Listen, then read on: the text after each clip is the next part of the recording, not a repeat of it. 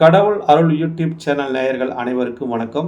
ஜோதிடர் சந்திரன் பரமத்திவேலிலிருந்து பேசுகிற நண்பர்களை, தமிழ் புத்தாண்டு அதாவது ஏப்ரல் 14ஆம் தேதி 4/2026 சித்திரை 1 பிறக்கிறது. தமிழ் வருடம், நம்மளோட தமிழ் வருடம் பெறுவது தமிழோட கலாச்சாரம், தமிழோட பண்பாடுகள் மிக உயர்ந்த ஒரு நிலையில் உலகமுள்ளா இருக்கிறது என்ற ஒரு கருத்தை முன்வைக்கிறேன்.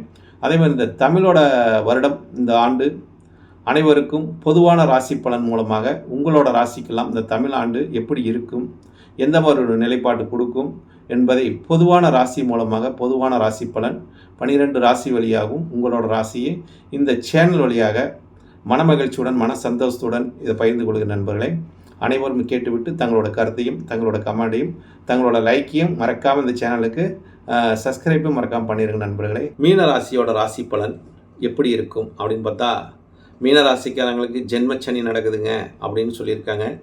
நான் ஏற்கனவே இந்த மாத ராசி பலன்லாம் தமிழ் மாத ராசி பலன் தான் சொல்லிட்டு வந்துட்டுருக்கிறேன். மீனராசிக்காரங்களுக்கு தொழில் நிலை நல்லாயிருக்கும் என்ற ஒரு கருத்தை முன் வச்சுட்ருக்கிறேன். அதே மாதிரி பொருளாதார நிலையை அவங்களுக்கு நல்லா இருக்குன்னு சொல்லிட்டு இருந்திருக்கிறேன். அதேமாதிரி இந்த வருடம் தமிழ் வருட பஞ்சாங்கத்தில் கொடுத்துருக்குது பார்த்திங்கன்னா, சித்திரை மாதம் பார்த்திங்கன்னா மீனராசிக்கு ஆதாயம் பார்த்திங்கன்னா 14 ஆதாயம், விரயம் பார்த்திங்கன்னா 11. அப்போ ஆதாயம் பாருங்கள், 14 ஆதாயம் கொடுக்குது, விரயம் 11 தான், 3 இது மிச்சமாகுது.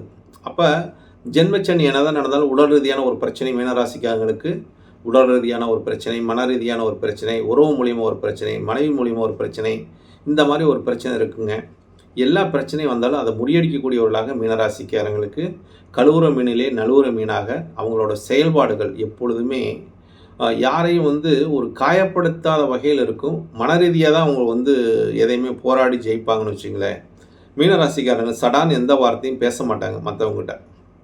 அவங்க ஒரு சண்டையே வருதுன்னா கூட அந்த இடத்துல நீ பார்ப்போம் அவங்ககிட்டலாம் என்னால் ஒன்றும் பேச முடியாது அப்படின்னு ஒரு மனக்கசப்போடு வந்துடுவாங்க. அதுலேயே அவங்க புரிஞ்சுக்குவாங்கன்னு வச்சுங்களேன். அந்த எதிரி அவங்க புரிஞ்சுக்குவாங்க அப்படிங்கிற ஒரு தன்மை தான். இவங்களை யாரையும் பகிச்சிக்கூடாதுன்னு நினைப்பாங்க. மீனராசிக்காரங்களை மற்ற ராசிக்காரங்களை பகிச்சிக்கூடாதுன்னு எப்பொழுதுமே ஒரு விழிப்புணர்வோடு இருப்பாங்கன்னு வச்சுங்களேன். அப்போ இந்த சித்திரை மாதம் பிறக்குது, உங்களுக்கு எப்படி இருக்குது இந்த ஆண்டு? அதான் ஆதாயம் பரவாயில்லைங்க, நல்ல வருமானத்தை கொடுக்குது, ஆதாயம் கொடுக்குது, வரவு கொடுக்குது, செலவும் ஓரளவுக்கு இருக்குதுங்க, சுப செலவும் கொடுக்குதுங்க அப்படிங்கிற தன்மை உண்டு. அப்போ மிச்சமாக ஆகுதுன்னு சொல்லுது, ஒரு 3 இது மிச்சமாகுதுன்னு சொல்லுது. அப்போ உங்கள் ராசிக்கு அதிபதியாக வரக்கூடியவர் யாருன்னு பார்த்தீங்கன்னா குரு பகவான். உங்கள் ராசியிலே சனி பகவான், இப்போ செவ்வாய் பகவான், புதன் பகவான், 3 கிரகம் அங்கே இருக்குதுங்க. இந்த 3 கிரகம் இருப்பது நன்மையா அப்படின்னு பார்த்தா, இப்போ சனி பகவான் மீனராசியில் இருப்பது நன்மை இல்லை. இது வந்ததுலேருந்தே பிரச்சனை. யாருக்கு பிரச்சனை? மீனராசிங்கிறதே ஒரு கடல் சார்ந்த பிரச்சனை. கடல் வழியில் இருக்கக்கூடிய ஒரு வர்த்தகமே பிரச்சனையாக இருக்குது இப்போ. அப்படிங்கிற ஒரு தன்மை நமக்கு மேல் வாங்கி பார்த்துட்டு இருக்கிறோம். செவ்வாங்கிறது அங்கே சண்டையிடக்கூடிய கிரகம். செவ்வாய் சனி சேர்ந்தால் யுத்தம் நடக்கும்னு சொல்கிறான். செவ்வாய் சனி சேர்ந்தால் யுத்தம் நடக்கும். அப்போ மீனராசிக்காரங்களுக்கும் யுத்தம் நடக்கும். மீனராசிக்காரங்களுக்கு வீட்லேயும் யுத்தம் நடக்கும், சண்டை நடக்கும், பிரச்சனை வரும். அப்போ அதெல்லாம் முறியடிக்கக்கூடிய தன்மை அந்த ராசிக்கு. ராசி அதிபதி எப்படி இருக்கார்? இப்போ இதுதான் முக்கியம். இதெல்லாம் நடக்கும். இதுக்கடுத்து ராசி அதிபதி எப்படி இருக்கான்னு பார்த்தீங்கன்னா 4 போய் உட்காந்துட்டார். அடுத்தது 5ஆம் இடத்துக்கு போகிறார். ராசி அதிபதி 4 உட்காந்துருக்காரு. அடுத்து 5ஆம் இடத்துக்கு எப்போ போகிறாரு பார்த்தீங்கன்னா, இந்த மாதமே 26ஆம் தேதி போகிறார். அதாவது 26ஆம் தேதி குரு பகவான் போகிறாருன்னு வச்சுங்களேன். எங்கே போகிறாரு? கடகராசிக்கு போகிறாரு. கடகராசிக்கு குரு பகவான் போகும்போது நன்மை அளிக்கிறாருன்னு வச்சுங்களேன். கடகராசிக்கு 26/5/2026 அன்றைக்கி பகல் 11 மணிக்கு 7 நிமிஷத்துக்கு கடகராசியில் போய் சஞ்சாரம் செய்ய போகிறார். அதாவது வைகாசி 12ஆம் தேதி, சித்திரை மாதத்துக்கு அடுத்தது வைகாசி மாதத்தில் போகிறாரு. அது வைகாசி ராசி பலன் நான் சொல்லிடுவேன். அப்போ இந்த மாதம் மட்டும்தான் அங்கே இருக்கிறார். அதே மாதிரி புதனோட பரிவர்த்தனையில் இருக்காருங்க.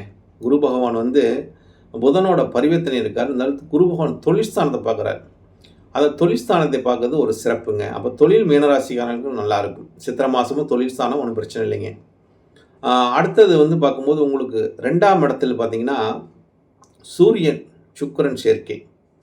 அப்போ பொருளாதாரத்தை குறிக்கக்கூடிய இடம் 2ஆம் இடம், குடும்பஸ்தானத்தை குறிக்கக்கூடிய இடம் 2ஆம் இடம். இந்த இடத்துல சூரியன் 6ஆம் அதிபதியும் சுக்கிரன் 8ஆம் அதிபதியும் வரான்.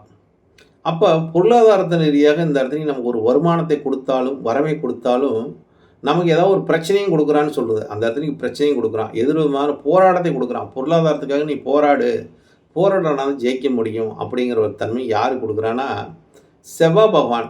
சனி பகவானோட சேர்க்கை பெற்று ராசியில் அமர்ந்திருப்பதனால் அந்த செவ்வாய் பகவான் அந்த போராடும் தன்மையை கொடுக்குறாங்க. அப்போ மீன ராசிக்காரங்கள் விழிப்புணர்வோடு இருந்து போராடிக்கிட்டே இருந்தால் ஜெயிக்கலாம். இல்லாட்டி நம்ம அசால்ட்டாக இருந்தோம்னா நம்மளை முழுகடிச்சிருவாங்க அப்படிங்கிற ஒரு தன்மை இருக்குது.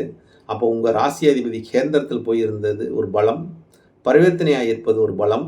2ஆம் இடத்துல அசுப கிரகங்கள் சேர்க்கப்பட்டிருந்தாலும் அந்த கிரகத்தை ஒரு முறியடிக்கக்கூடிய தன்மையாக செவ்வாய் பகவானும் சனி பகவானும் உங்கள் ராசியிலே அமர்ந்திருப்பதனால அந்த போராடக்கூடிய வல்லமையும் கொடுக்குறாங்க. 3ஆம் அதிபதி 2ல் இருந்தாலும் முயற்சிக்கு ஒரு தடையும் ஒரு தோல்வியும் வந்தாலும் முயற்சி பிறகு வெற்றி பெறக்கூடிய தன்மையும், குரு பகவானோட ஒரு பார்வை உங்களுக்கு அதாவது 8ஆம் இடத்தையும் பார்க்குறாரு, அதுக்கடுத்து தொழில் ஸ்தானத்தை பார்க்குறாரு, அதுக்கடுத்து விரயஸ்தானத்தை பார்க்குறாரு.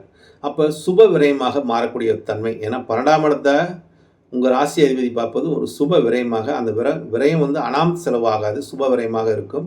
8ஆம் இடத்தை பார்க்கறனால ஒரு அசிங்கம் அவமானம் வந்தால் கூட அதுலேருந்து நீங்கள் தப்பிச்சுக்கலாம், அதுலேருந்து பெருசாக உங்களுக்கு பாதிப்பு வராது அப்படிங்கிற ஒரு தன்மை அந்த குருவோட பார்வை உங்களுக்கு சொல்லுது.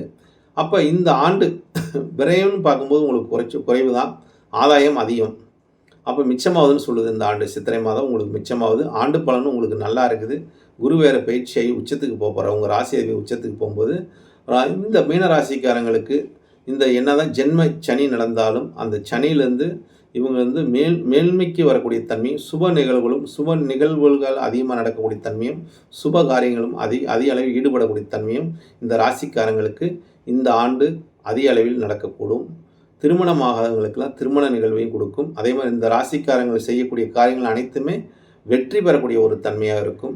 இந்த ராசியில் அரசியல்வாதிகள், அரசாங்கத்து மூலிமா இருக்கக்கூடியவங்களுக்கு, அரசியல் நிற்கக்கூடியவங்களுக்கும் ஒரு வெற்றி வகை சொல்லக்கூடிய தன்மை இந்த மீனராசிக்காரங்களும் தனுசு ராசிக்காரங்களுக்கு என்ற கருத்தை முன் வச்சிருக்கிறேன்.